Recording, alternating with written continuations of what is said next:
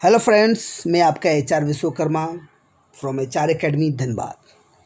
और आज हम बात करेंगे नीति निर्देशक जो सिद्धांत है उसके पीछे सिफारिशें की, अनुशंसा की, संस्तुति की, बोले तो रिकमेंडेशन बिहाइंड डायरेक्टिव प्रिंसिपल। आप देखोगे इससे रिलेटेड बहुत सारी अनुशंसा हुई, सिफारिश हुई निर्देशक सिद्धांत को लेकर। जो सारी बातें हैं वो इस वीडियो में हम बनाए रहेंगे, लेकिन दोस्तों को बीच फेसबुक, व्हाट्सअप जहाँ भी हो शेयर सब्सक्राइब करना ना भूलें। जितना ज़्यादा शेयर सब्सक्राइब करेंगे उतना जल्दी आप लोगों को नौकरी लगेंगे, इसलिए आगे बने रहे। देखिए, आप देखोगे यहाँ पर रिकमेंडेशन बिहाइंड डायरेक्टिव प्रिंसिपल की बात करें तो कहा जा रहा है कि संविधान सभा का, अगर मैं बात करूं संविधान सलाहकार कौन थे बता सकते हैं? तो BN राव। गलती से भी भीमराव अंबेडकर ना बोले, सलाहकार में BN राव का नाम आता है। और इसने इस बात की स्तुति की थी, सिफारिशी दी थी, अनुशंसाएं दी थी कि व्यक्तिगत अधिकार को दो श्रेणियों, एक न्यायोचित एवं गैर न्यायोचित में बांटा जाना चाहिए, जिसे प्रारूप समिति द्वारा स्वीकार कर लिया गया। बात समझिए क्या कहना चाह रहे हैं।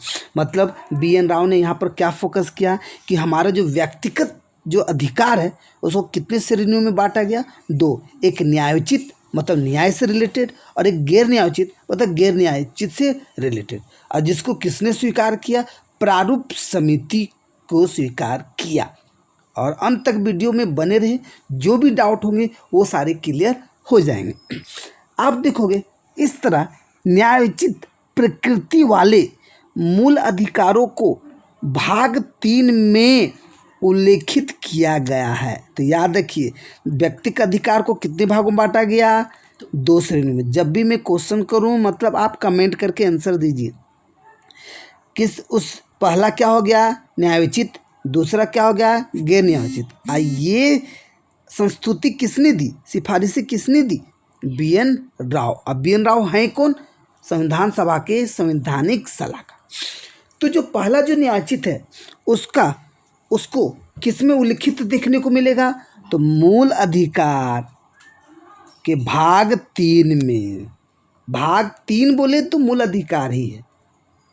और गैर न्यायोचित नीति निर्देशक तत्व के संविधान के भाग 4 में रखा गया। तो याद रखें ना, जो न्याय से रिलेटेड है वो मूल अधिकार में। अब मूल अधिकार बोले तो भाग 3, और जो गैर न्यायोचित है वो नीति निर्देशक तत्व में बोले तो भाग 4 में देखने को मिलते हैं। यद्यपि निर्देशक तत्व गैर न्यायोचित है, बोल सकते हैं कि नहीं? निर्देशक तत्व गैर न्यायोचित है तथा संविधान के अनुच्छेद 37 में इस बात को स्पष्ट किया गया कि ये तत्व देश के शासन में मूलभूत है। अतः यह राज्य का कर्तव्य होगा कि इन तत्वों का विधि बनाने में प्रयोग करे। फिर से सुने क्या कहा मैंने, यहाँ पर फोकस किया जा रहा, गैर न्यायोचित पे फोकस किया जा रहा। इसमें स्पष्ट किया गया कि जो तत्व है ये देश के शासन में मूलभूत है, अतः यह राज्य का कर्तव्य है कि इन तत्वों का विधि बनाने में प्रयोग करे। गैर न्यायोचित का मतलब जो विधि में नहीं है, जो न्याय नहीं है, तो उसका भी न्याय बनाने में प्रयोग करे। अतः यह इनके अनुप्रयोग हेतु राज्य प्राधिकारियों पर नैतिक दायित्व अभ्यारोपित करता है, परंतु इसके पीछे वास्तविक शक्ति राजनीतिक है, अर्थात जनमत। फिर से ध्यान दीजिए क्या बोला गया, इनके अनुप्रयोग हेतु किसका? गैर न्यायोचित का राज्य प्राधिकारियों पर नैतिक दायित्व अभ्यारोपित करता। हाँ, जितने भी अधिकारी होंगे उसका तो एक दायित्व बनता है नैतिक, लेकिन इसके पीछे वास्तविक शक्ति है क्या? राजनीतिक है, अर्थात जनमत है। तो ध्यान दीजिए, क्वेश्चन आपके हो सकते हैं, क्या हो सकते हैं कि पहला तो जो गैर न्यायोचित है यह किसके ऊपर दायित्व अभ्यारोपित होता है? तो राज्य प्राधिकारी के ऊपर। और उसके पीछे वास्तविक शक्ति किस में होती है? राजनीतिक में, अर्थात जनमत में। इसमें बात सुनने को मिलेंगी अल्लादी कृष्णा स्वामी। किसका सुनने को मिलेगा? अल्लादी कृष्णा स्वामी अय्यर ने कहा था कि लोगों के लिए उत्तरदायी कोई भी मंत्रालय संविधान के भाग 4 में वर्णित उपबंधों की अवहेलना नहीं कर सकता। ठीक है, इसका मतलब भाग 4 में क्या नीति निर्देशक तत्व के बारे में वर्णन है कि नहीं, तो उसमें जो भी उपबंध है तो उसका अवहेलना नहीं कर सकता। इसी प्रकार अंबेडकर ने संविधान सभा में कहा था कि लोकप्रिय मत पर कार्य करने वाली सरकार इसके लिए नीति बनाते समय निर्देशक तत्वों की अवहेलना नहीं कर सकती। यदि कोई सरकार इनकी अवहेलना करती है तो निर्वाचन समय में उसे मतदाताओं के समक्ष इसका उत्तर अवश्य देना होगा। संविधान निर्माताओं ने निर्देशक सिद्धांतों को गैर न्यायोचित एवं विधि रूप से लागू करने की बाध्यता वाला नहीं बनाया। क्यों नहीं बनाया भाई?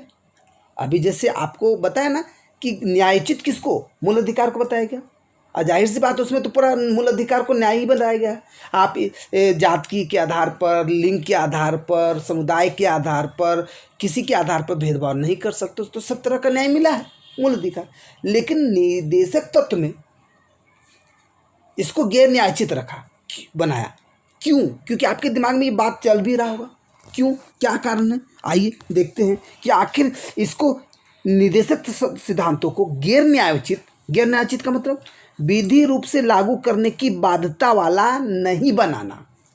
मतलब गैर न्यायोचित मतलब कानून नहीं है, विधि नहीं है। तो क्यों नहीं है? क्यों? क्या रीजन है? क्योंकि देश के पास उन्हें लागू करने के लिए पर्याप्त वित्तीय संसाधन नहीं थे।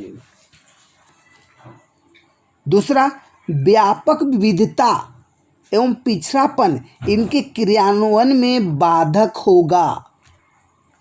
स्वतंत्र भारत को नए निर्माण के कारण इसे कई तरह के भारों से मुक्त रखना होगा ताकि उसे इस बात के लिए स्वतंत्र रखा जाए कि उनके क्रम, समय, स्थान, पूर्ति का निर्णय लिया जा सके। तो याद रखें, क्योंकि देखिए 3 पॉइंट जरूर याद रखें, क्योंकि आपके प्री लेवल में एग्जाम में ऐसे ही रहेंगे कि निम्नलिखित में से कौन सा कथन सही है या नहीं गैर न्यायोचित से रिलेटेड। तो पहला ऑप्शन देगा, मेरे क्वेश्चन के साथ आंसर दे, गैर न्यायोचित। क्योंकि पढ़ने के साथ क्वेश्चन नहीं समझेंगे तो आपको समझ में ही नहीं आएगा कि मैं पढ़ा क्या रहा हूँ।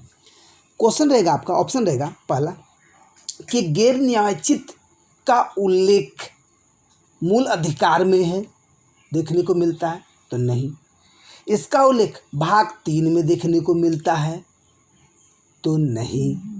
इसका उल्लेख भाग 4 में मिलता है, तो जी हाँ।